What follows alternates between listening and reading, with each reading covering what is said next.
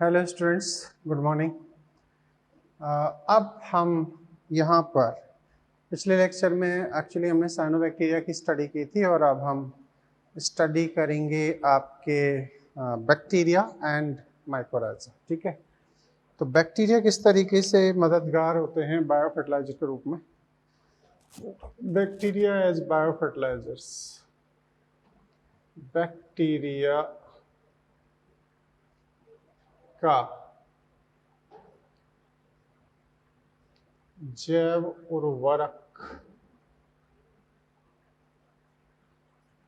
के रूप में उपयोग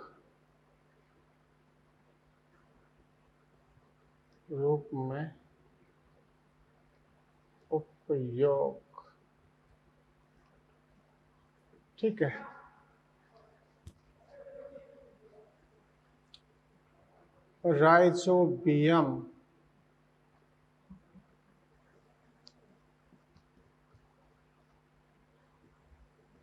राइजोबियम जीवाणु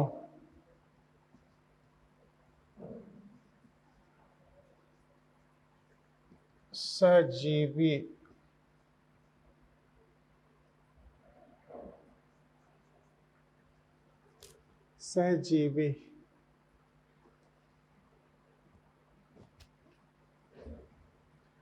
के रूप में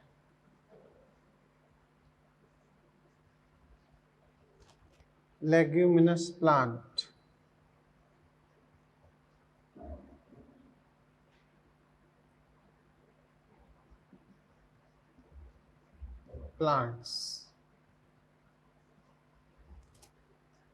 के रूट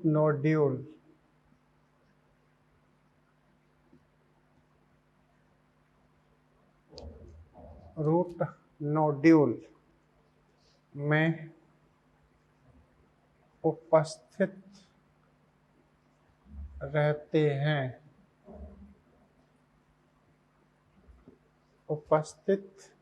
हैं। यह वायुमंडलीय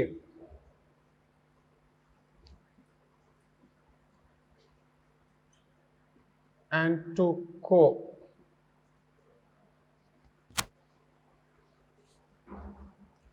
अमोनिया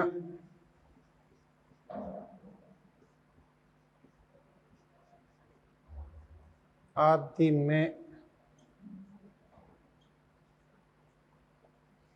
परिवर्तित करते हैं।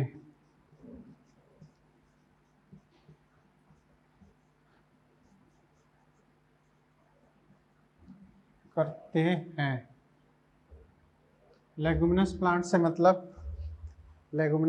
मतलब है जैसे मटर है, जैसे लिख देते हैं करते हैं,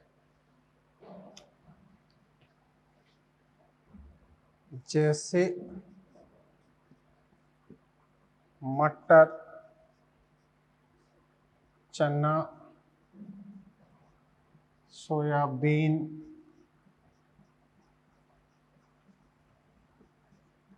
सेम आदि। ठीक है, अच्छा, कुछ मृदीय जीवाणु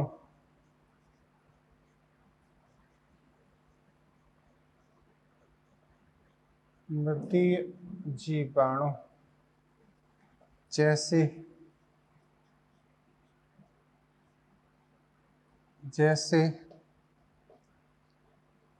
एजोटोबैक्टर,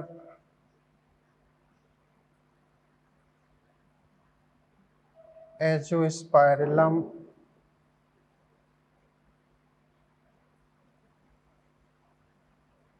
क्लोस्ट्रीडियम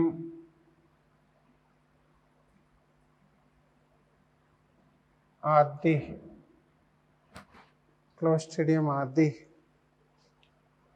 असहजीवी रूप में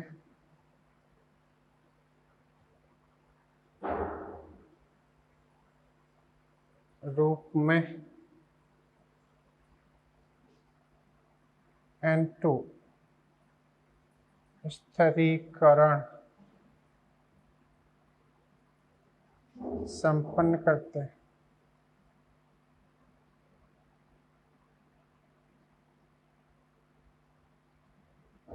ठीक है, तो ये कहीं ना कहीं बैक्टीरिया की बात है, और ये सब कुछ हम ऑलरेडी पढ़ चुके हैं नाइट्रोजन फिक्सेशन के दौरान, है ना। तो यहाँ कुछ भी पढ़ने के लिए आपके लिए नया नहीं है ना। आप याद करो, रूट नोड्यूल फॉर्मेशन पे पूरी डिटेल आती है नाइट्रोजन मिनरल न्यूट्रिशन वाले हिस्से में, नाइट्रोजन साइकिल के दौरान, है ना। वहाँ पर इन बैक्टीरियाओं का भी जिक्र आता है। एजोटोबैक्टर, वाईवी है, क्लोस्ट्रीडियम ऑब्लिगेट एनारोबिक बैक्टीरिया है, ये सारी स्टडी वहाँ आती है। यहाँ बताने का कोई मतलब बनता नहीं, ठीक है। तो कहने का मतलब ये भी as a bio fertilisers use होते हैं। क्लियर? ओके। अब हम बात करते हैं माइकोराइजा। ये बात सही है कि माइकोराइजा का भी अध्ययन हम लोग फंजाई में कर लेते हैं। हम माइकोराइजा टोटल ओवरऑल आपको 4 से 5 जगहों पर स्टडी कराया जाता है, और माइकोराइजा अच्छी खासी स्टडी। तो 12th केसेस में भी माइकोराइजा का जिक्र किया गया, ठीक है। तो माइकोराइजा है क्या, वो समझते हैं।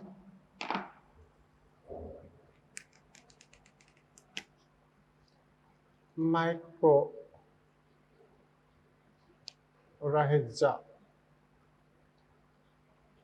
ठीक, ये 3rd स्टडी है।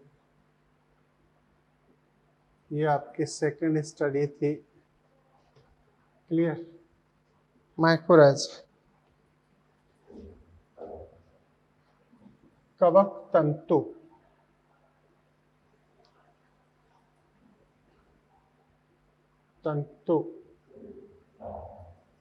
तथा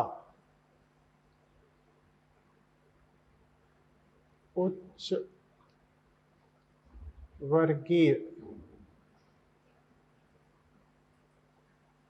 पौधों की जड़ों के मध्य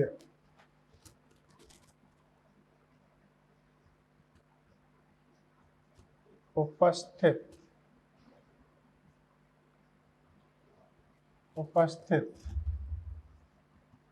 सहजीवी संबंध माइकोराइजा कहलाता है। माइकोराइजा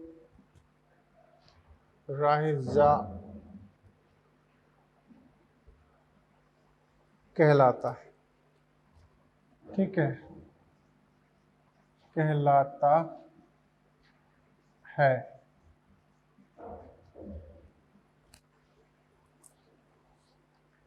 माइकोराइजा कहलाता है।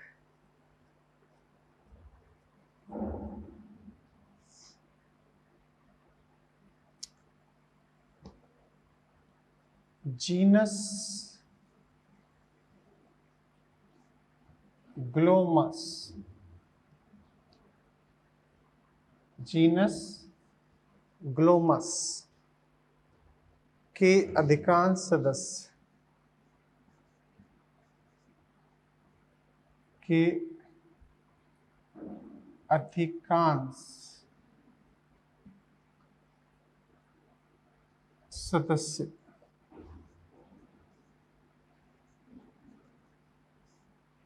माइकोराइजा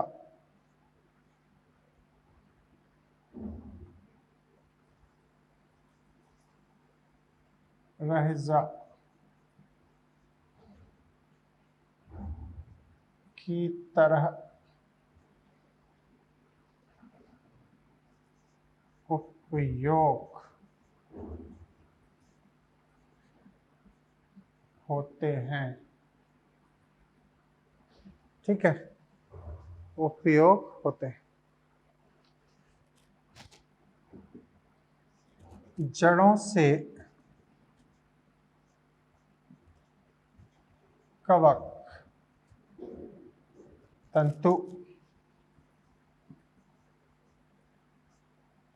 जड़ों से कवक तंतु नाइट्रोजन युक्त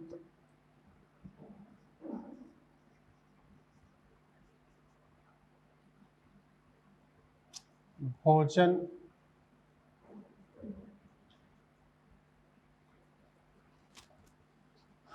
आवास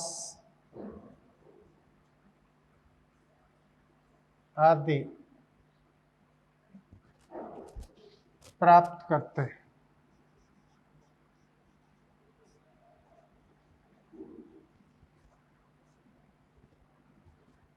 जबकि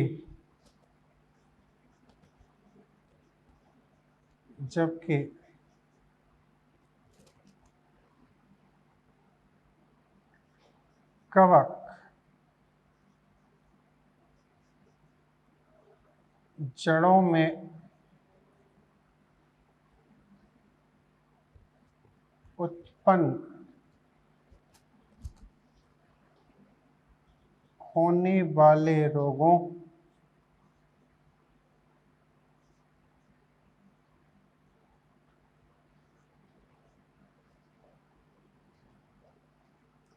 से प्रतिरोधकता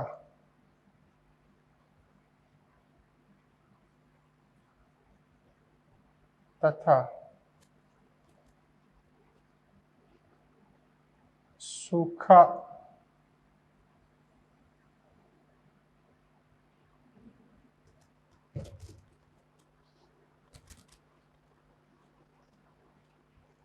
तथा लवणीयता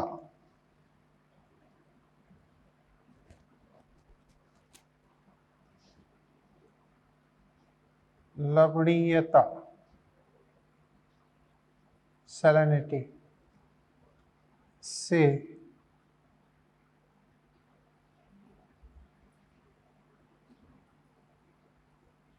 से भी लवणता के लिए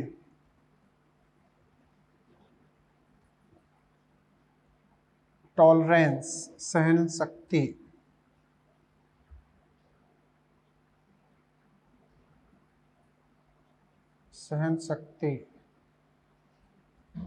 टॉलरेंस प्रदान करते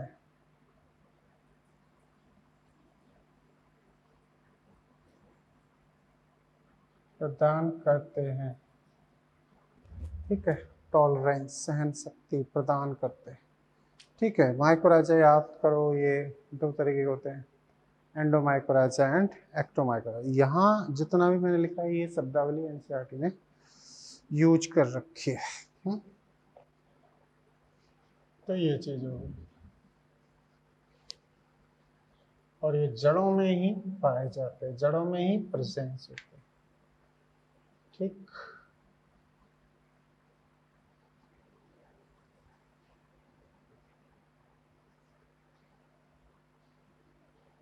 ठीक है।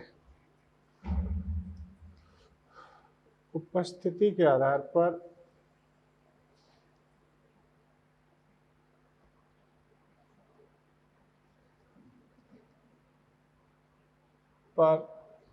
यह दो प्रकार के होते हैं, दो प्रकार के होते हैं। ठीक, एंडोमाइकोराइजा,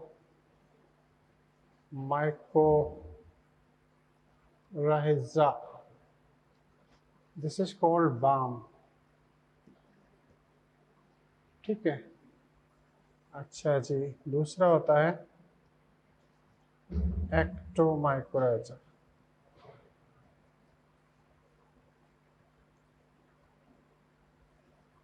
एक्टोमाइकोराइजा, ठीक है। अच्छा, वैसे तो ये फिजियोलॉजी का टर्म है कि पाइनस के बीज अंकुरण के लिए माइकोराइजा का सहजीवी संबंध होना आवश्यक। इंग्लिश में कहा जाता है कि obligatory relationship, obligatory association of माइकोराजा presence with seed of Pinus. ठीक है, तो कह सकते हैं पाइनस के बीज अंकुरण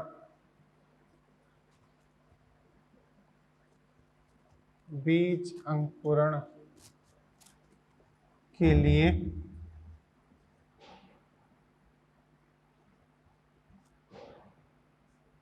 माइकोराइजा का संबंध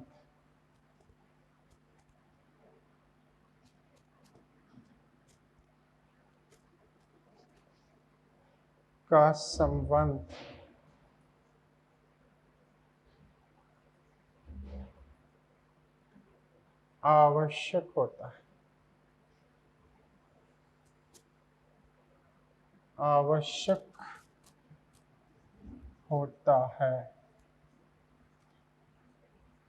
क्लियर? आवश्यक होता है, माइकोराइजा का संबंध आवश्यक होता है। क्लियर? तो ये चीज, तो ये इस तरीके से एज ए बायो फर्टिलाइजर्स कहा जाता है। एक्चुअली यहाँ पर एक बात और समझनी है कि एजोला मार्सिलिया, इनमें साइनोबैक्टीरिया पाए जाते हैं और इसीलिए इन्हें भी as a bio fertiliser consider करते हैं। लेकिन बायो फर्टिलाइजर उस रेस्पेक्ट में करते हैं क्योंकि इनके अंदर साइनोबैक्टीरिया पाए जाते हैं। ये भी उर्वरा शक्ति या नाइट्रोजन की कंटेंट बढ़ाते हैं। और जैसे ग्रीन मैनवर, ये चूंकि माइक्रोब से रिलेटेड नहीं है, ग्रीन मैनवर हरी खाद भी जैव उर्वरक के रूप में आती है। कई प्लांट हैं जिन्हें खेतों में उगाते हैं और उन्हें उसी खेत में मिक्सअप कर देते हैं और इससे उनमें उर्वरा शक्ति बढ़ती है। इसके साथ साथ में जंतुओं का जो एक्सक्रीटा है, गोबर है, उसे भी मैनवर खाद के रूप में यूज करते हैं। तो ये चूँकि माइक्रोब्स नहीं है इसलिए। ठीक है, ये चीज़। अब हमारी कहानी ऐसे बायो फर्टिलाइजर कंप्लीट हो चुका है अकॉर्डिंग टू एनसीईआरटी। अब हम चलेंगे माइक्रोब्स इन इंडस्ट्रियल यूजेस, उद्योगों में माइक्रोब्स किस तरीके से वर्क करते हैं। तो नेक्स्ट हेडिंग हमारी होगी उद्योगों में रसायन, उद्योगों में microbes, use of microbes in industry.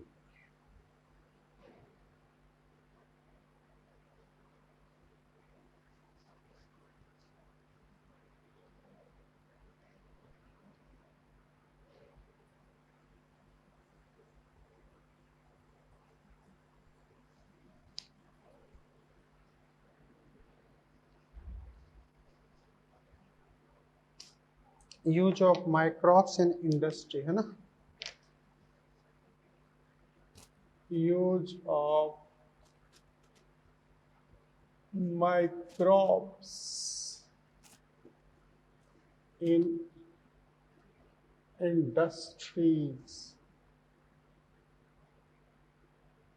उद्योगों में है ना।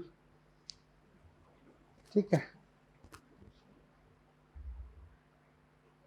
अनेकों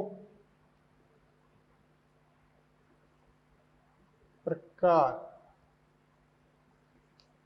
के रसायन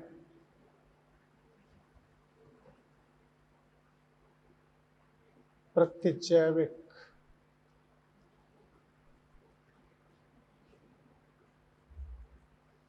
मतलब औषधि,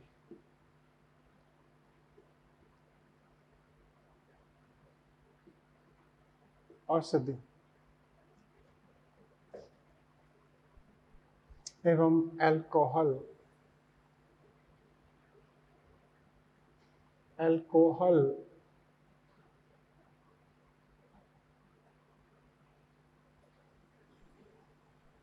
निर्माण में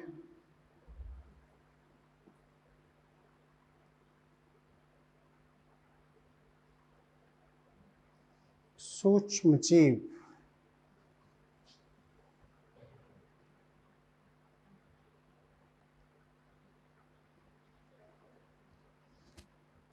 महत्वपूर्ण भूमिका निभाते हैं। पूर्ण भूमिका निभाते हैं।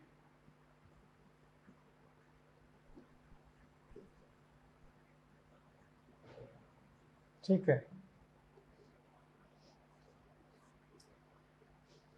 इनकी सहायता से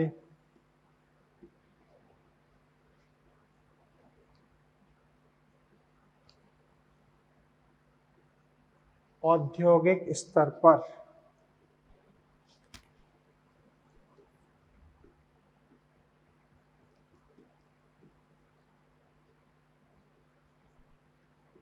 स्तर पर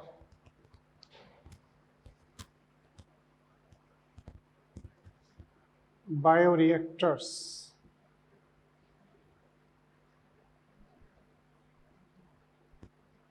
की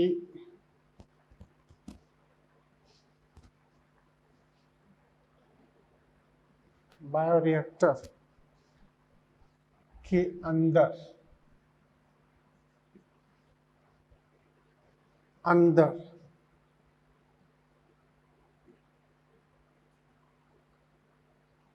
बड़ी मात्रा में उत्पादों को बनाया जाता है।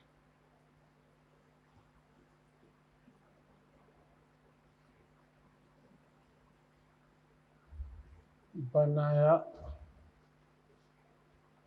जाता है। क्लियर? उत्पादों को बनाया जाता है। अब यहाँ 3 सेगमेंट पर बात करी गई है एनसीईआरटी के अकॉर्डिंग। नंबर 1 एल्कोहल निर्माण, दूसरा यहाँ पर एंटीबायोटिक्स, तीसरा केमिकल्स, है ना। तो हम सबसे पहली बात करने जा रहे हैं एल्कोहल निर्माण, है ना। बेवरेज इंडस्ट्री,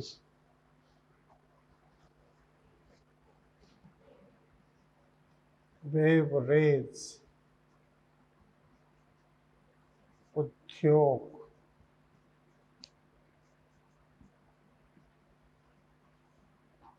एल्कोहल निर्माण, है ना। या हम कह सकते हैं एल्कोहल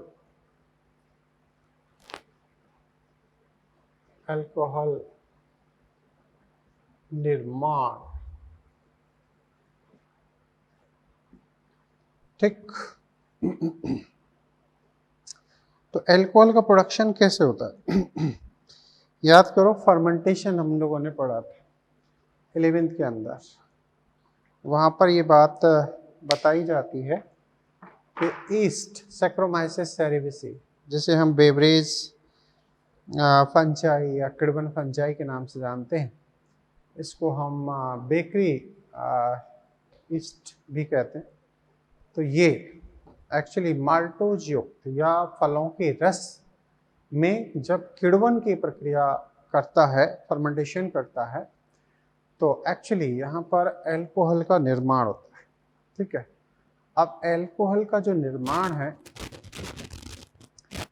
इसके लिए कहा जाता है कि हम नेचुरल फॉर्म में ईस्ट के जरिए 13% तक ही एल्कोहल प्राप्त कर सकते हैं। 13% से अधिक जो एल्कोहल का कंसंट्रेशन है माध्यम में, वो ईस्ट के लिए विषाक्त पदार्थ की तरह काम करता है।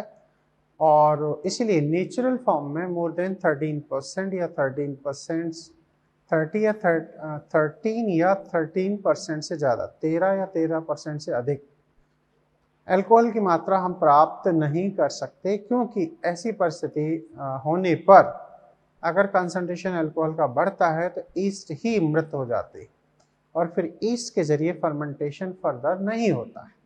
तो कहा जाता है कि जैसे वाइन है, जैसे बियर है, जैसे शैम्पेन है, इनके अंदर जो अल्कोहल की मात्रा होती है वो 13% से कम होती है। इसलिए प्राकृतिक रूप से फलों के रस आदि से इन्हें बनाया जाता है।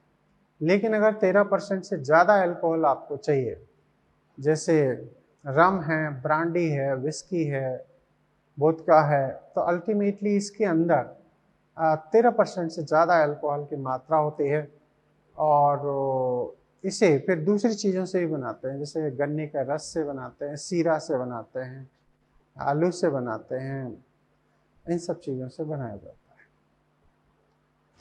तो इसमें अल्कोहल की मात्रा बढ़ाने के लिए क्या किया जाता है? आश्वन विधि अपनाई जाती है, डिस्टिलेशन प्रोसेस अपनाई जाती है। मतलब आप कोई मैं सरल भाषा में समझाऊँ तो जैसे गुड़ होता है, सीरा, मोलेसिस, एक शब्द यूज हुआ था एससीपी के अंदर, है ना।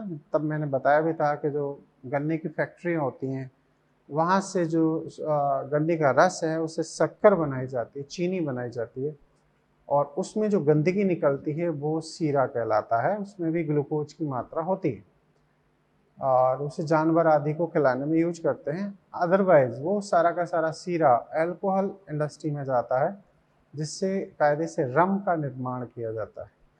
और कहा जाता है कि उस सीरा में फर्मेंटेशन प्रोसेस होती है, और फर्मेंटेशन के बाद में डिस्टिलेशन प्रोसेस होती है।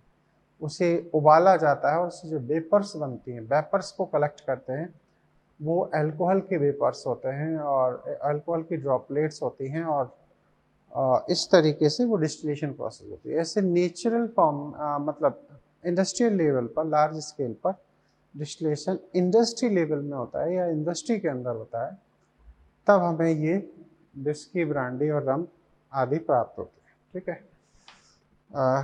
तो कह सकते हैं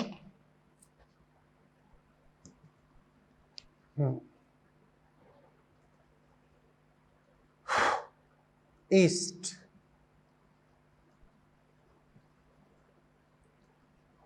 सैक्रोमाइसिस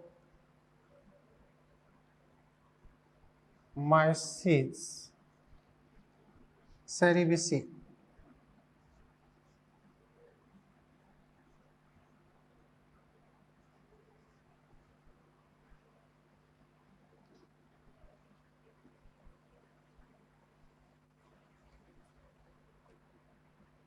को किण्वन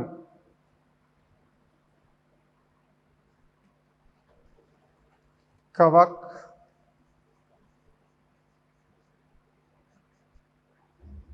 भी कहा जाता है। यह माल्टोज युक्त अनाज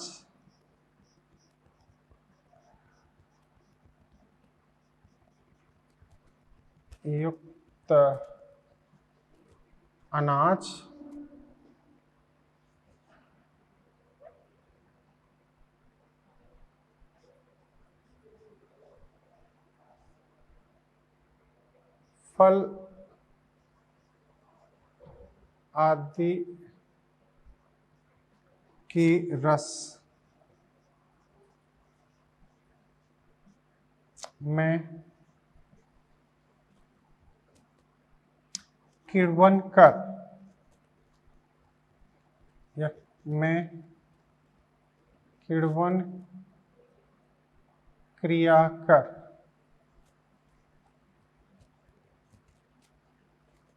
के द्वारा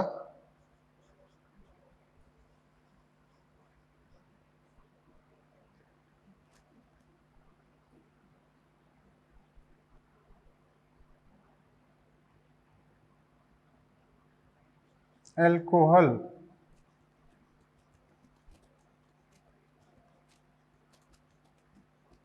निर्मित करता है।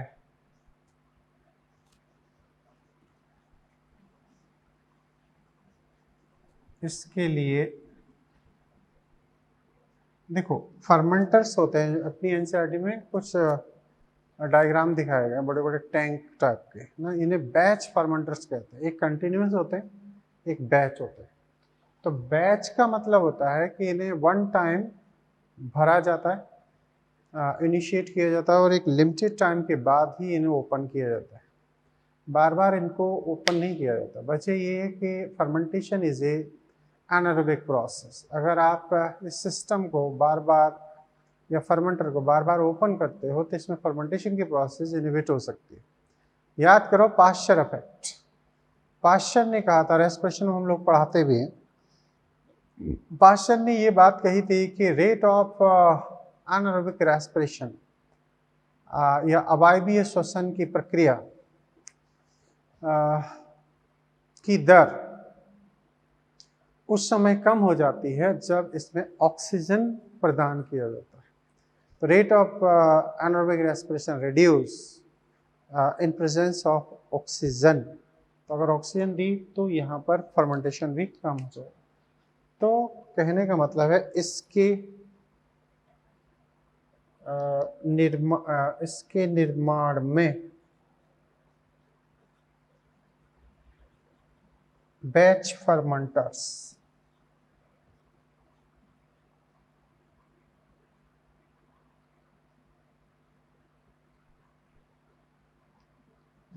फर्मेंटर्स का उपयोग होता है।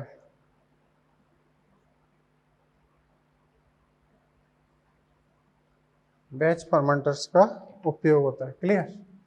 ऐसे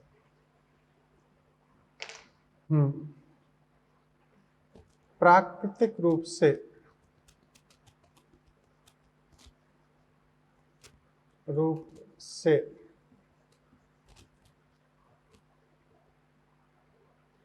13% से कम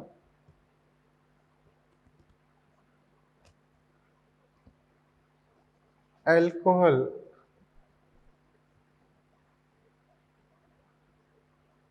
ही ईस्ट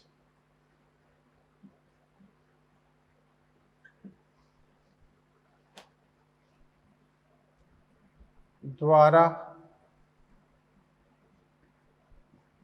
निर्मित किया जा सकता है।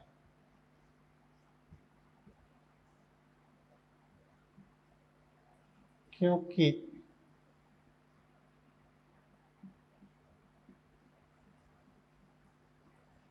इससे अधिक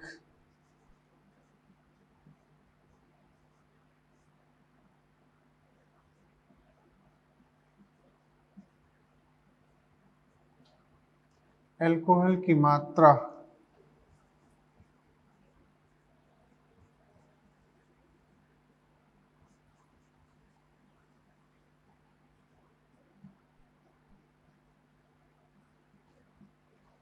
ईस्ट के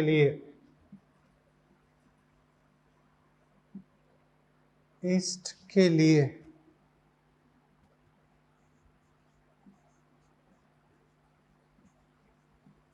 विषाक्त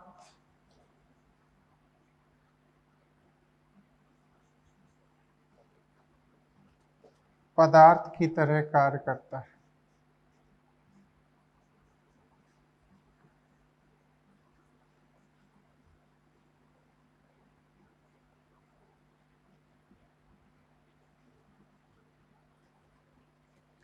विषाक्त पदार्थ की तरह कार्य करता है। ठीक है। अतः बियर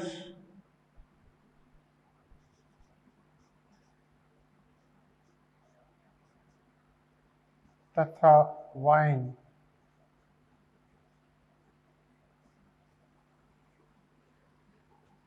को प्राकृतिक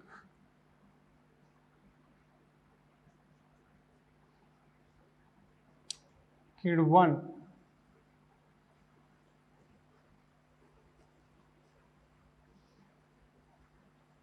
द्वारा ही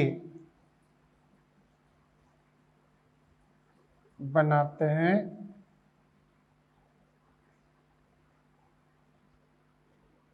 इनमें अल्कोहल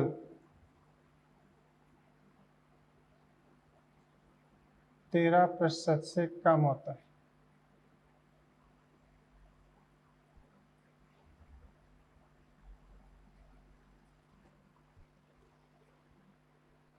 लेकिन कम होता है। ठीक है, लिख लें आप लोग।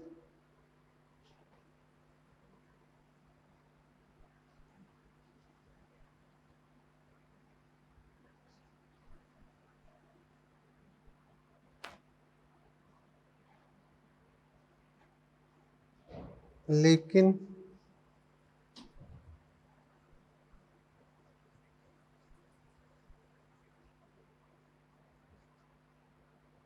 लेकिन 13% से अधिक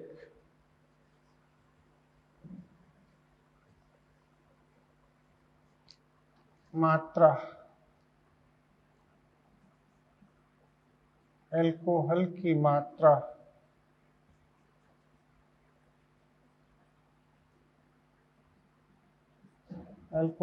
मात्रा आशवन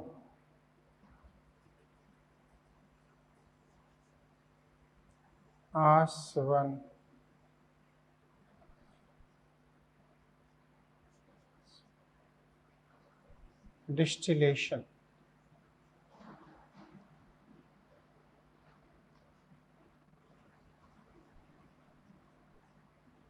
द्वारा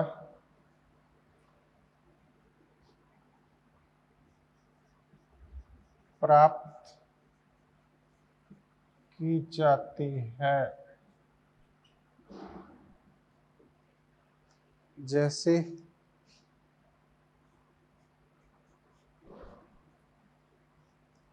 रम,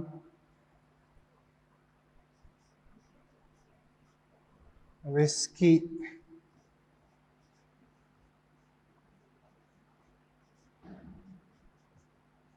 तथा ब्रांडी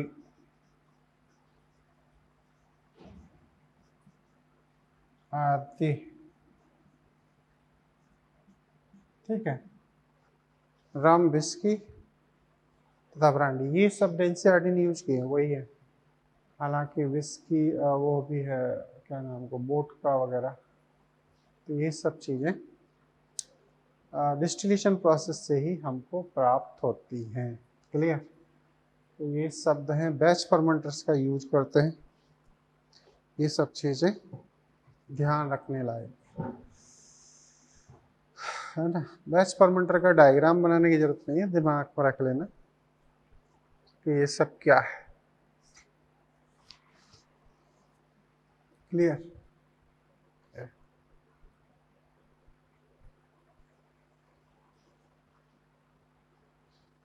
इसके बाद में हम लोग नेक्स्ट सेगमेंट में चलते हैं, जिसका नाम है एंटीबायोटिक प्रोडक्शन। ठीक है, नेक्स्ट हेडिंग होगी एंटीबायोटिक प्रोडक्शन।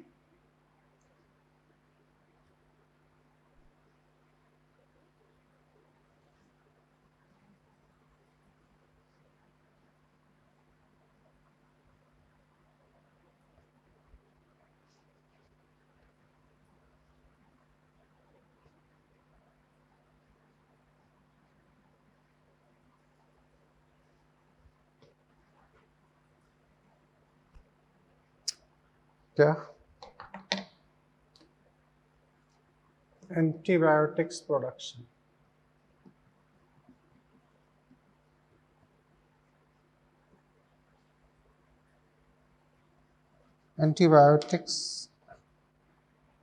एंटीबायोटिक निर्माण, ऐसे लिख लो,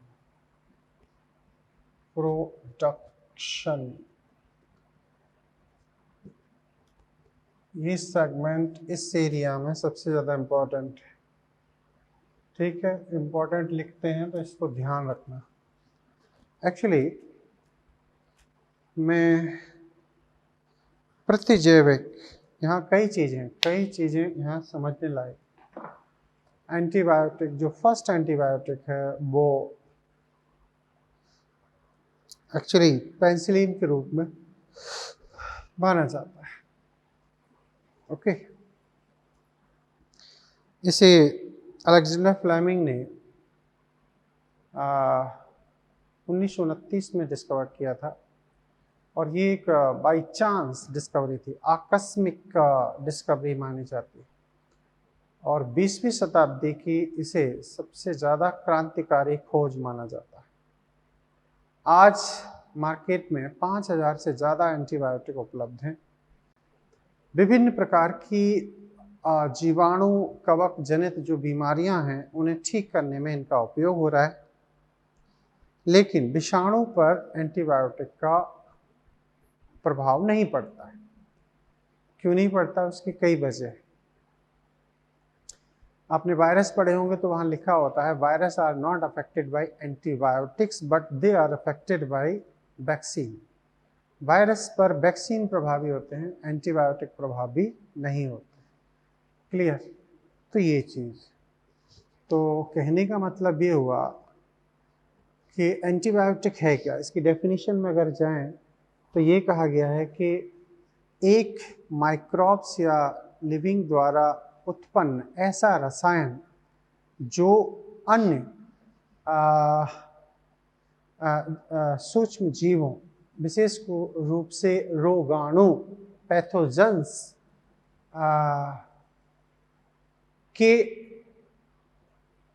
की वृद्धि को अवरोधित करते हैं या रोक देते हैं या डिले कर देते हैं, इसे प्रतिजैविक कहा जाता है। प्रतिजैविक का मतलब है एंटी का मतलब होता है अगेंस्ट, बायोटिक्स का मतलब होता है लिविंग। तो ये रसायन लिविंग के अगेंस्ट है। एक्चुअली लिविंग कौन? रोगाणुओं के अगेंस्ट है, ये होस्ट के अगेंस्ट नहीं। मतलब जो लिविंग की हम इंसानों की जो बॉडी है, हम एनिमल्स की जो बॉडी है, उस पर कोई इम्पैक्ट नहीं डालते। एक अच्छा एंटीबायोटिक वही माना जाता है जिसका मानव शरीर पर कोई प्रभाव नहीं पड़ता है, बल्कि मानव शरीर में उसका अच्छा इम्पैक्ट पड़ता है, वो रिकवरी कराता है और माइक्रोब्स पर ज़्यादा से ज़्यादा अफेक्टिव होता है और उन्हें इमीडिएटली डिस्ट्रॉय करता है। तो उसे एक अच्छा एंटीबायोटिक माना जाता है। तो ये चीज़ एक्चुअली इसमें बहुत कुछ स्टडी करने लायक है। एंटीबायोटिक किस तरीके से काम करता है, तो ये कहानी एंटीबायोटिक की है, ठीक है। इस शब्द से ही लेके चलते हैं। एंटी का मतलब होता है अगेंस्ट, और बायोटिक्स का मतलब होता है लिविंग्स। लिविंग्स भी कौन? रोगाणु, रोगाणु, ठीक है। तो अब इसकी डेफिनेशन क्या आती है? प्रतिजैविक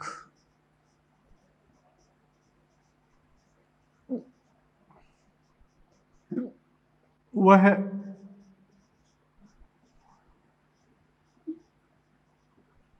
रसायन होते हैं जिन्हें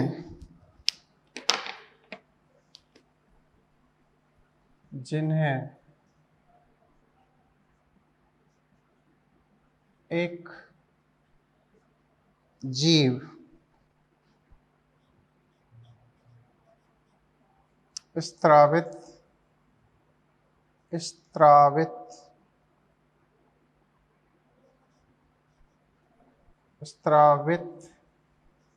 सिक्रीट करता है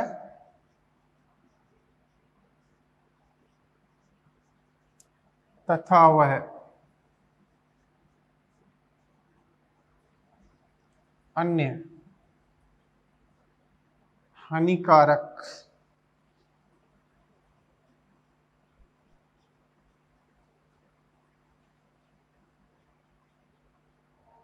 सूक्ष्म जीव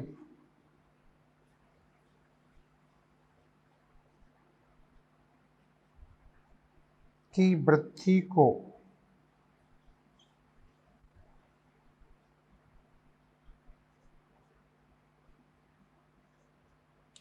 रोकता है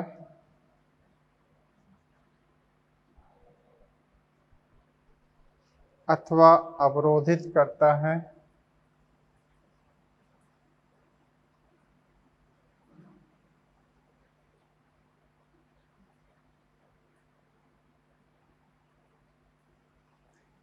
करता है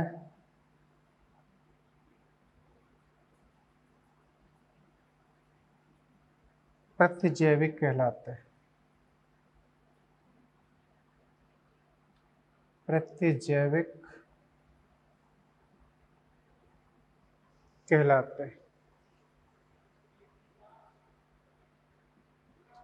कहलाते हैं प्रथम antibiotic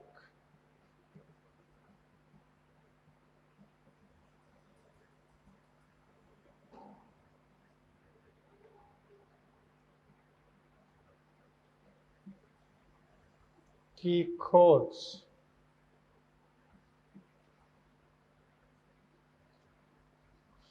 Alexander Fleming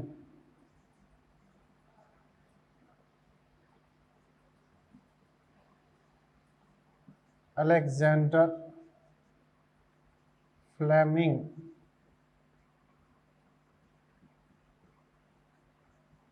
Alexander Fleming के द्वारा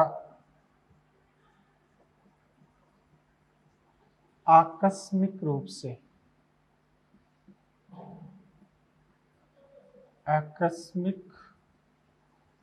रूप से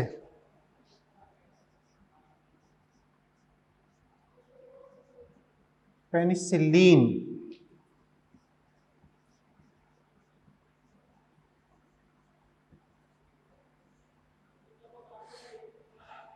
के रूप में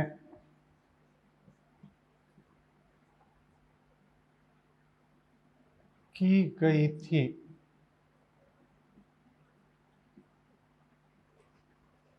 पेनिसिलिन के रूप में की गई थी। ठीक है,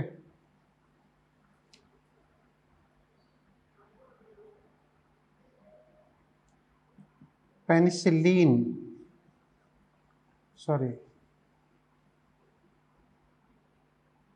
प्रतिजैविक शब्द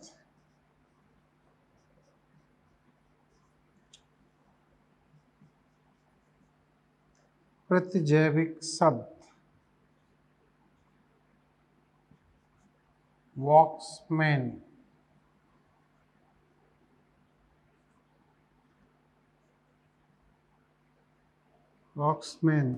ने प्रतिपादित किया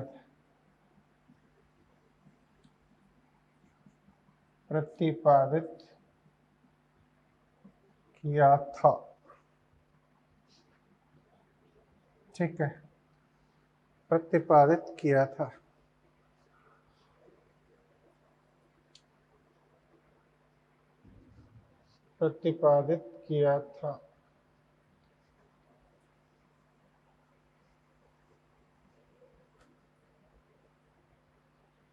ठीक है, अब मैं जरा इनको भी हटा रहा हूं। प्रतिपादित किया था। ठीक है,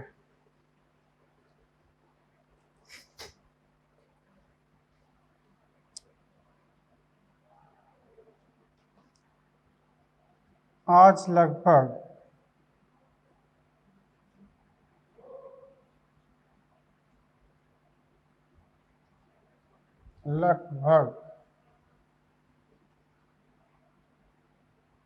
5000 प्रतिजैविक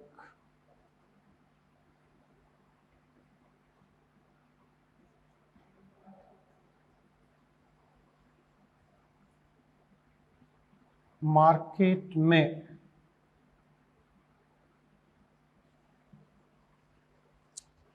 उपचार के लिए उपलब्ध है।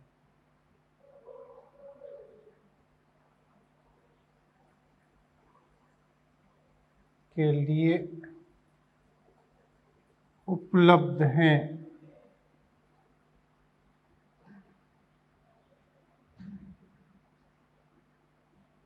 ठीक है।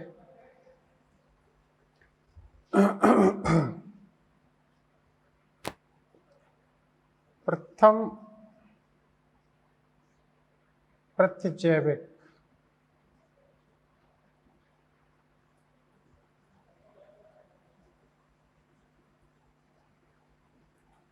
पेनिसिलियम नोटेटम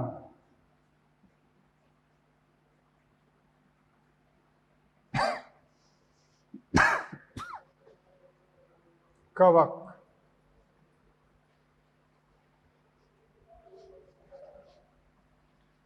से प्राप्त किया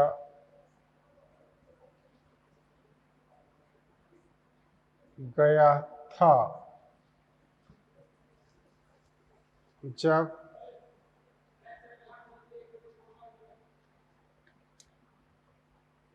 अलेक्जेंडर फ्लेमिंग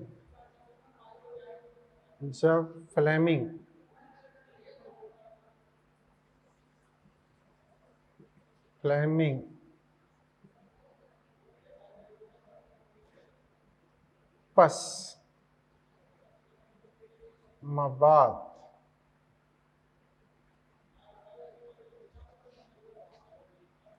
में उपस्थित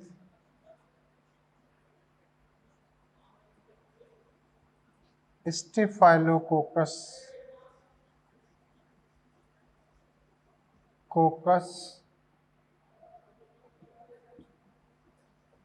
जीवाणु का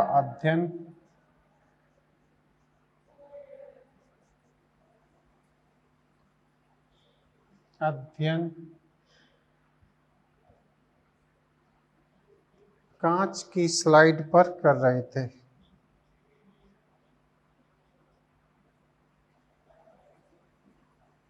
स्लाइड पर कर रहे थे। ठीक है। उन्होंने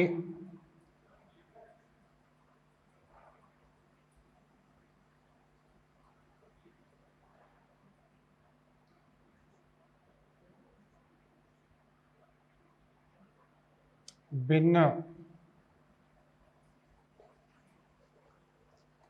धुली हुई स्लाइड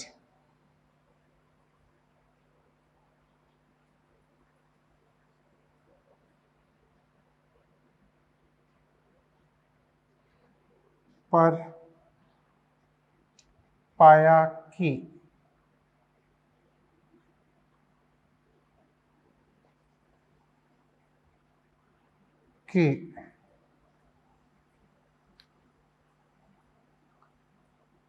स्लाइड पर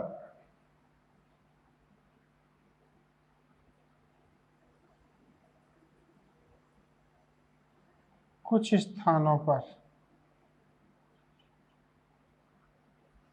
स्लाइड पर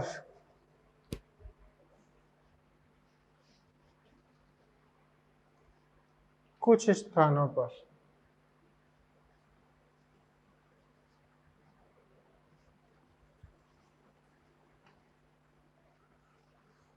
कुछ स्थानों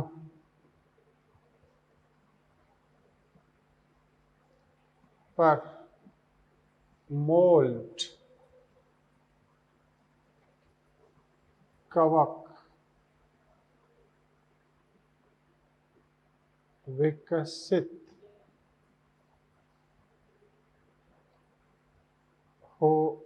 रहा है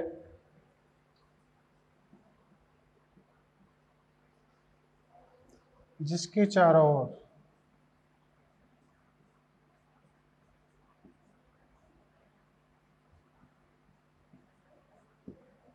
ओर जीवाणु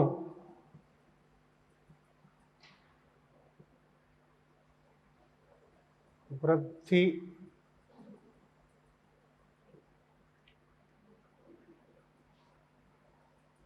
संपन्न नहीं कर रहे,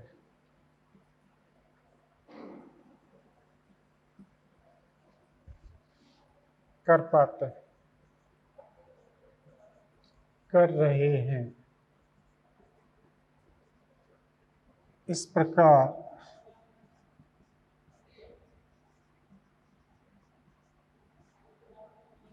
आकस्मिक रूप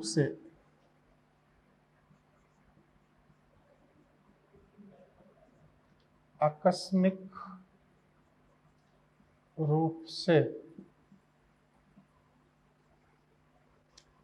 प्रथम प्रतिजैविक की खोज हुई।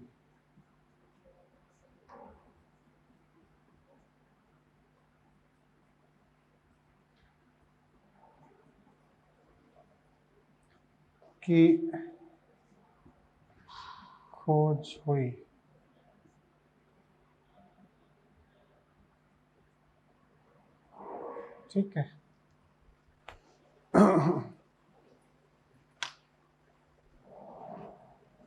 अब वो कैसे हुई वो मैं समझाता हूँ।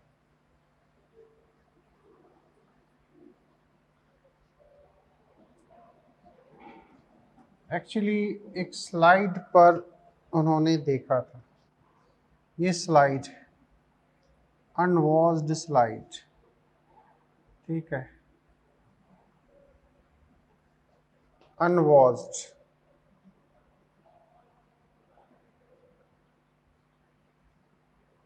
स्लाइड, ठीक है। अब यहाँ वो क्या थे, ये पस थी, इस पर उन्होंने डिस्ट्रीब्यूट कर रखी थी, है ना, ऐसे पस मबाद, ठीक। अब इसमें क्या थे, बैक्टीरिया थे, है ना। अब बैक्टीरिया कौन से थे, स्टेफाइलोकोकस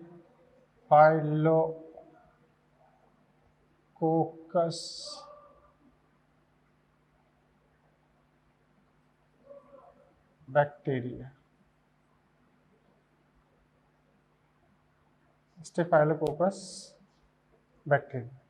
अब क्या हुआ कि जिन जगहों पर ये मोल्ड सरवाइव कर रहा था, जैसे ये, तो इसके सराउंडिंग में ये बैक्टीरिया सरवाइव नहीं कर पा रहे हैं। मतलब इतना जो एरिया है इसमें ये बैक्टीरिया सरवाइव नहीं कर पा रहा है, ठीक है। तो यहाँ बैक्टीरिया मौजूद हैं, but they are not presence around the mould, ठीक है। ये पस तो है,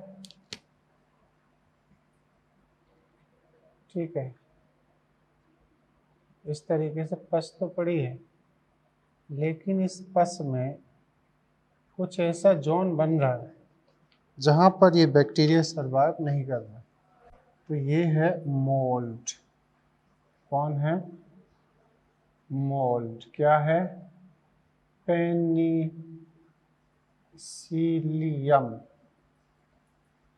ठीक है। कौन है, नोटेटम, टेटम, ठीक। और यहाँ है प्रतिजैविक, एंटीबायोटिक, एंटीबायोटिक, कौन, पेनिसिलियम। और इस जगह बैक्टीरिया वृद्धि नहीं कर पा रहे। तो ये अनवॉच्ड स्लाइड में उन्होंने इस चीज को अध्ययन किया था। दिस इज पस, ठीक है। ये तो इस तरीके से स्टेफाइलोकोकस बैक्टीरिया पर वो स्टडी कर रहे थे, और स्टेफाइलोकोकस बैक्टीरिया को स्टडी करने के लिए उन्हें पस की रिक्वायरमेंट थी। क्यों? क्योंकि स्टेफाइलोकोकस बैक्टीरिया पस निर्माण के लिए उत्तरदायी होते हैं, ठीक है। तो यहाँ एक बात और लिख लेते हैं, क्या?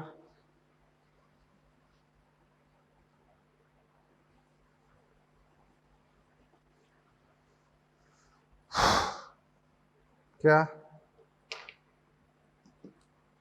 स्टेफाइलोकोकस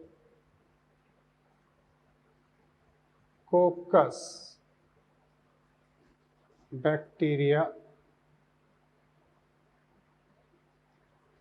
पस निर्माण करते हैं,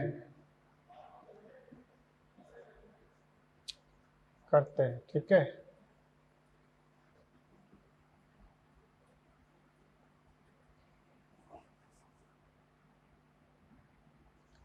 खोज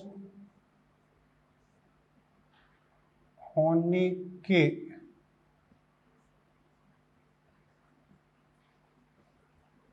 बाद चेन एवं फॉरवर्ड फ्लोरे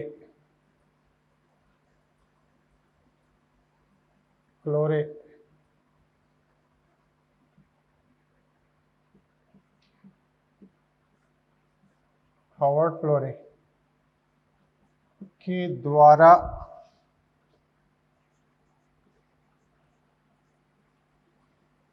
प्रतिजैविक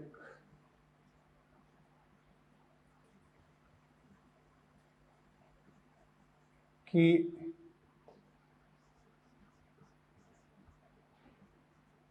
क्षमता, शक्ति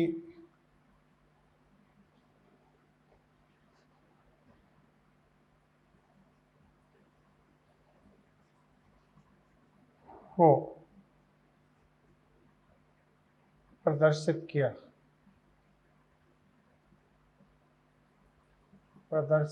किया,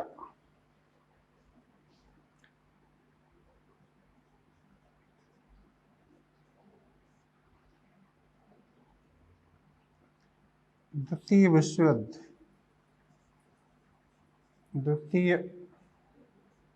विश्व युद्ध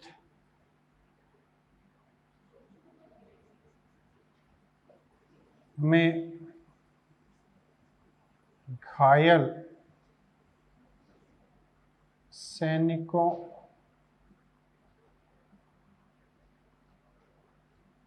के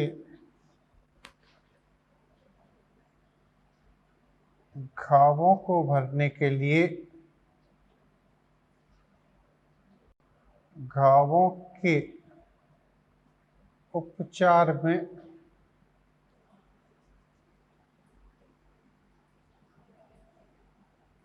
अमेरिका ने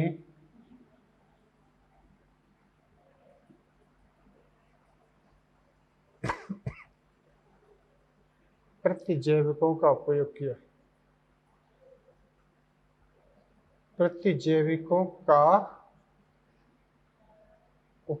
किया, ठीक है, उपयोग किया।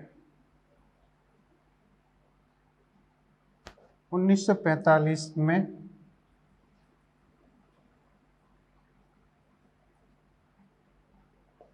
फ्लेमिंग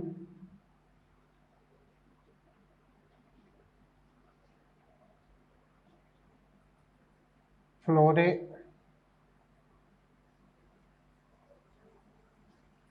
तथा चेन को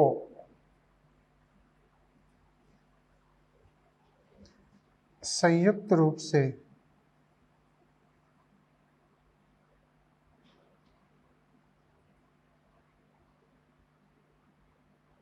नोबेल प्राइज दिया गया, नोबेल पुरस्कार दिया गया, प्रदान किया गया, किया गया। ठीक है, अभी भी इसके रिलेटेड और भी इंफॉर्मेशन बाकी है जो हम नेक्स्ट लेसन में स्टडी करेंगे हैं। Okay, thank you.